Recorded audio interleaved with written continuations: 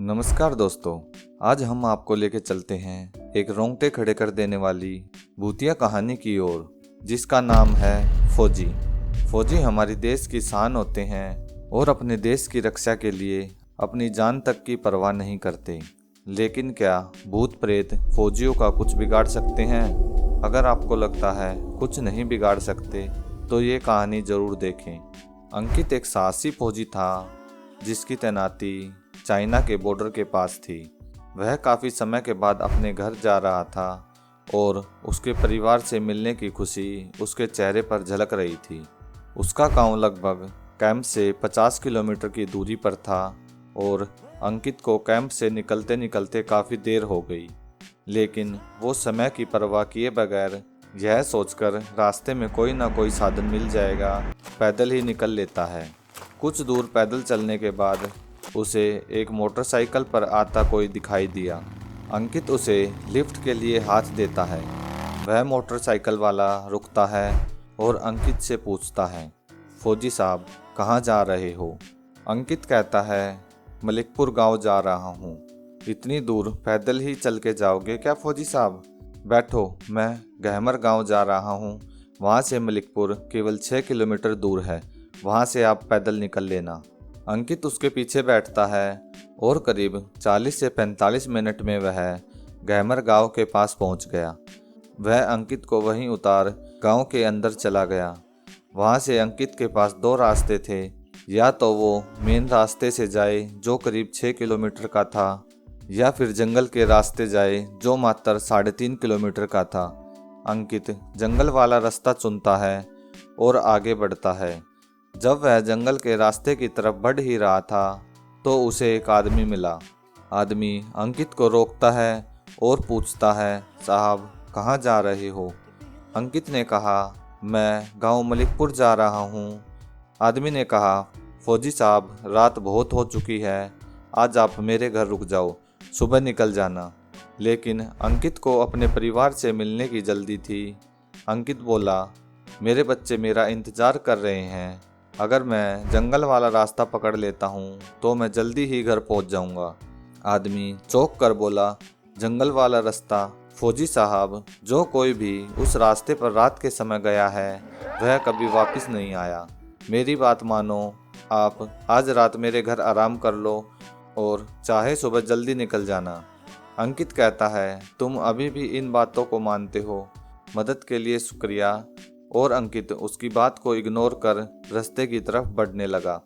थोड़ी दूर चलने के बाद उसे लगा कोई उसका पीछा कर रहा है। वह पीछे मुड़ता है लेकिन कुछ नहीं था। वह इग्नोर कर आगे बढ़ता है। तभी उसके पास से एक साया गुजरा और एक धीमी सी आवाज़ आई, आओ मेरे पास। अंकित आवाज़ सुनकर घबरा गया और तेज़ी से अपने कदम बढ़ाने लगा। काफ़ी देर चलने के बाद वह थक गया और एक पेड़ के पास बैठकर सिगरेट पीने लगा। तभी अंकित को पीछे से आवाज़ आती है, एक सिगरेट मुझे भी देना। अंकित यह सुनते ही चौंक गया और पीछे मुड़कर देखता है, लेकिन वहाँ कोई न था। फिर दूसरी तरफ से आवाज़ आई, एक सिगरेट मुझे भी देना। अंकित दोबारा मुड़कर देखता है, लेकिन वहाँ भी कोई नहीं था। तभी चारों तरफ से रोने और हंसने की आवाज़ आने लगी। अंकित को अब उस आदमी की बात याद आने लगी कि साहब जो भी इस रास्ते पर गया है वह कभी वापस नहीं आया। अंकित वहाँ से भागता है और भागते भागते उसका पैर एक गड्ढे में आ गया और वह वहीं नीचे गिर गया। वह उठने की कोशिश करता है लेकिन उठ नहीं पा रहा था, मानो उसकी पीठ पर किसी ने कई किलो का वजन रख दिया हो। अंकित सारा दम लगाकर उठने की कोशिश करता है। तभी एक चुड़ैल उसका पैर पकड़कर उसे खींचने लगती है। अंकित किसी तरह पैर छुटाकर भागने की कोशिश करता है, लेकिन एक लकड़ी उसके सिर पर आ लगती है और वह वहीं बेहोश हो गिरता है। चुड़ैल उसका पैर पकड़कर जंगल की तरफ ले जाने लगी।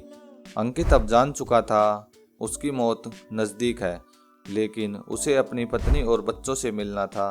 वह इतनी जल्दी हार नहीं मान सकता।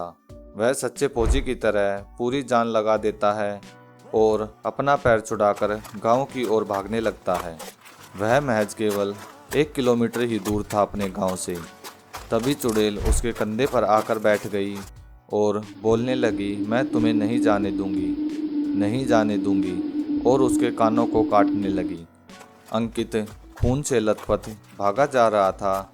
कुछ समय बाद अंकित का शरीर जवाब देने लगा और उसकी आंखें बंद होने लगी और वह चक्कर खाकर वहीं गिर गया।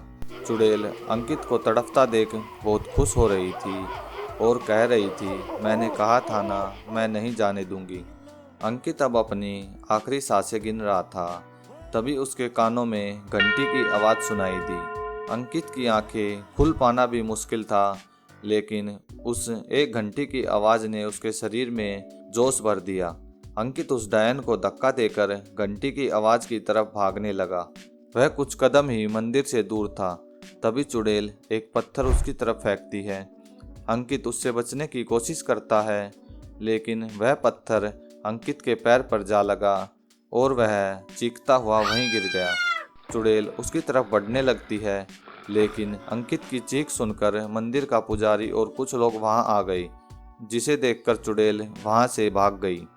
अंकित की जान तो बच गई, लेकिन वह मंजर उसे आज भी याद आता है। आज भी वह रात के टाइम जाने से घबराता है।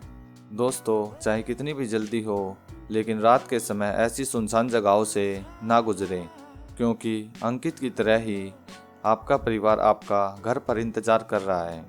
अगर आपको कहानी पसंद आई हो तो वीडियो को लाइक ज़रूर करें और ऐसी इंटरेस्टिंग स्टोरीज देखने के लिए हमारे चैनल को सब्सक्राइब ज़रूर करें।